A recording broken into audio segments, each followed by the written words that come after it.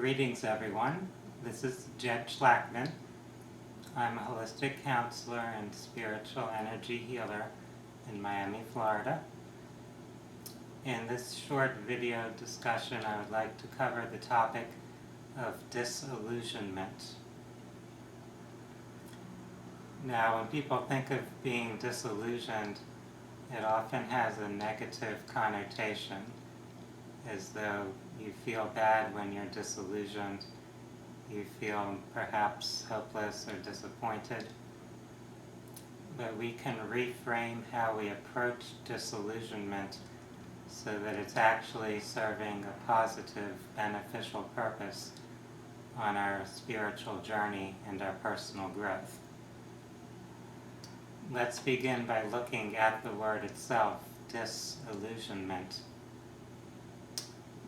We can think of an illusion as something that appears to be real, but ultimately is not real. It's something that's false or a mirage of some kind. And of course, dis means to, in a sense, separate from or disconnect from. So with disillusionment, we are releasing our attachment to some particular illusion that has been part of our consciousness.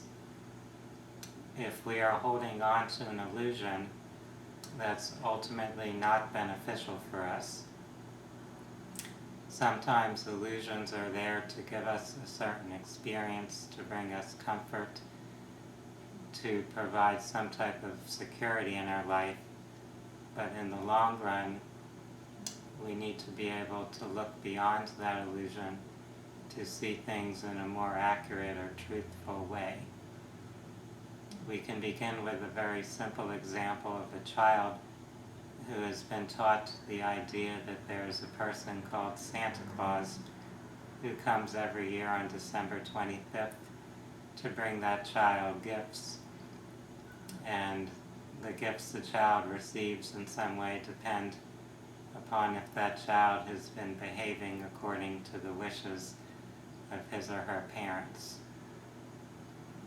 So the child may believe that story and will be perhaps acting in a certain way in order to please this Santa Claus character so that they can get the gifts they want as material rewards when Christmas time comes.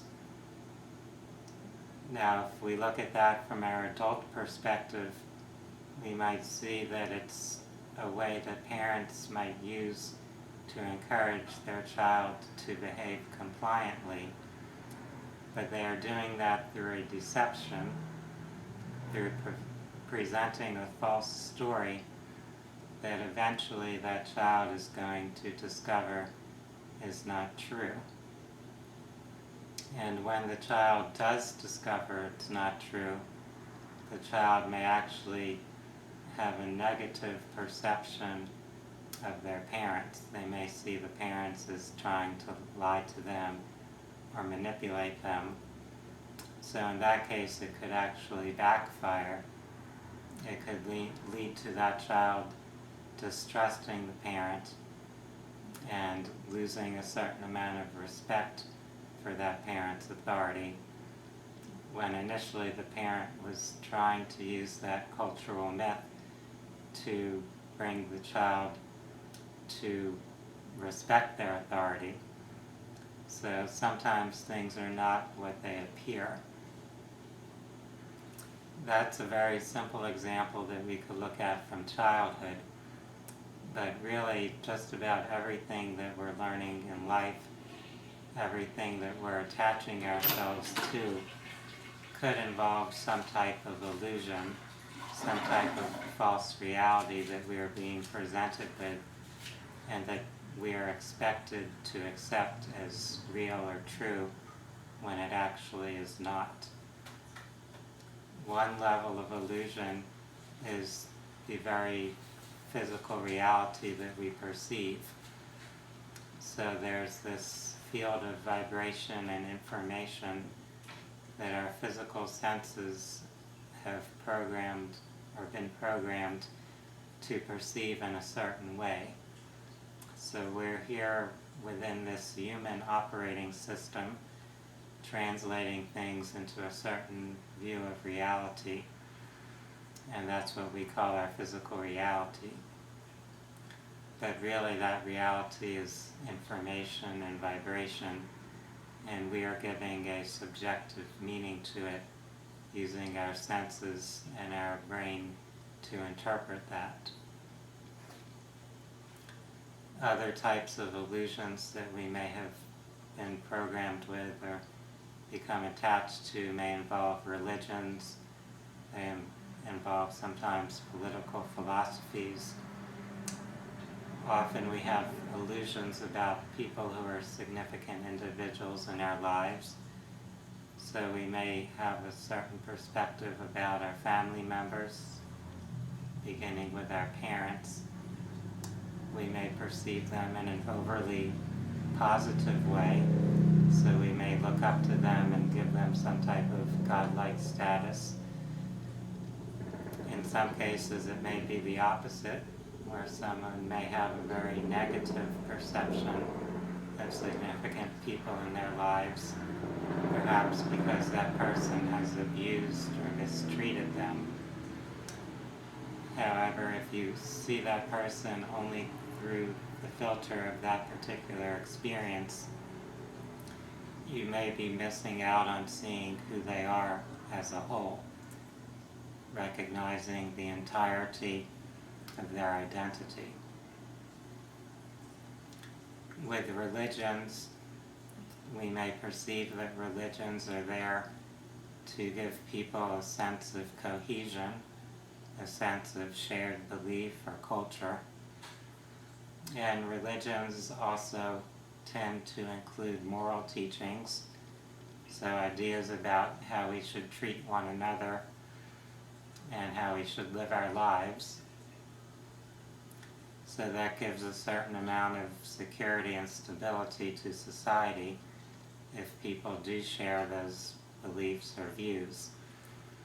However, religions often teach certain values or beliefs as cosmic absolutes when they really may not be. Religions also tend to create an idea of separation between ourselves and the creative spiritual source. So many people happen to be afraid of God, what they label God, thinking that that spiritual source somehow is going to punish them, to place them for eternity in some horrific place based on whatever actions they've done here in this one particular lifetime. So that belief system happens to be very illusory. It's often used to control people, but it does not represent the truth about spiritual reality. If we consider how we look at anything in life, it is helpful to consider that we may have been misled. We may have been presented with some type of illusion. Disillusionment can happen with our ideas about health. We may think that a certain diet is the ultimate way for us to live and be healthy. We may believe that following doctor's orders, taking medicines that we're told to take, is going to keep us healthy. So the more information, the more awareness we gain on any particular topic, the more likely we are to discover that what we previously believed or held to be true contained some level of illusion. In many aspects of society, the structures of authority, the institutions of influence and control, perpetuate themselves by feeding illusions to the masses of humanity. So certain political structures, economic structures, religious structures, so anything that seeks to maintain its power or influence over society will often present falsehoods and illusions to maintain its power over others. The famous occult philosopher Francis Bacon once said that knowledge is power. So those that are in power may seek to maintain power by keeping knowledge to themselves, or at least keeping true, accurate knowledge to themselves, and perpetuating inaccurate information or false knowledge to the people that they are governing. This is something that each of us will have to confront, something that's a part of all of our lives. We have all been brought up in a family, in a culture, in a society where illusion and deception are actually quite prolific. And many of those who are presenting the illusions have actually been deluded themselves. So they may not intentionally be misleading us. They may have just believed something false and wish to pass that along to others, thinking that they are doing it for the benefit of others. In religion, we see people proselytizing, trying to convince others to join in their particular religious belief or denomination. And they are usually doing that because they believe they have the truth. They have something that's going to benefit other people. And that's how many of these types of illusions are perpetuated. It's not just people that are trying to deceive others who perpetuate those illusions, but it's people who believe in the illusion and wish to share that belief with other people. So as we can see, that leads to society as a whole becoming dominated by beliefs that are really not accurate. And as we grow on our personal journey, as we strengthen our spirit, we will be able to confront and break free of many of these illusions. So in that process, disillusionment is actually very beneficial. It's a sign that we are growing, that we are letting go of false beliefs, we are releasing our attachment to ideas that will no longer serve our growth. We are actually moving ourselves above and beyond what mass consciousness may be stuck in. So that can be challenging. We may face opposition, we may face judgment from others as we break free of those illusions. But this, in a sense, is testing us to see how truly committed we are to our spiritual growth, how truly committed we are to uncovering truth and to living that truth in our own lives. This is something I encourage everyone to consider as they pursue their spiritual path.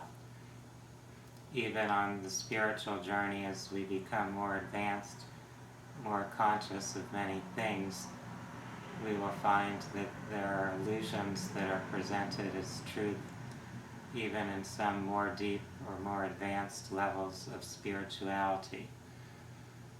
Many spiritual teachings contain things that are quite useful and beneficial as we are evolving, but which contain elements of falsehood, elements that may not be completely true.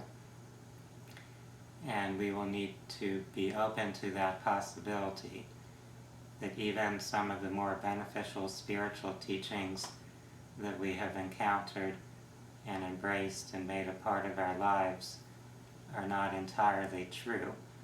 They may be partially true, or they may be true to a certain extent, but they do not contain the complete or whole truth that we will need to explore as we are going even further on our path. I hope that this discussion is something that's useful and beneficial for each of you. I encourage everyone to explore and research things themselves, to not just blindly follow anyone, to not just take my word for things, but to really explore and examine things in your own life, in your own experience, and see what really resonates with you, what you find to be true, and continue that process of growing and evolving and becoming more aligned with your own higher consciousness, with your higher self. I would like to thank all of you for taking your time, taking a few minutes out of your day to listen to this presentation. Namaste.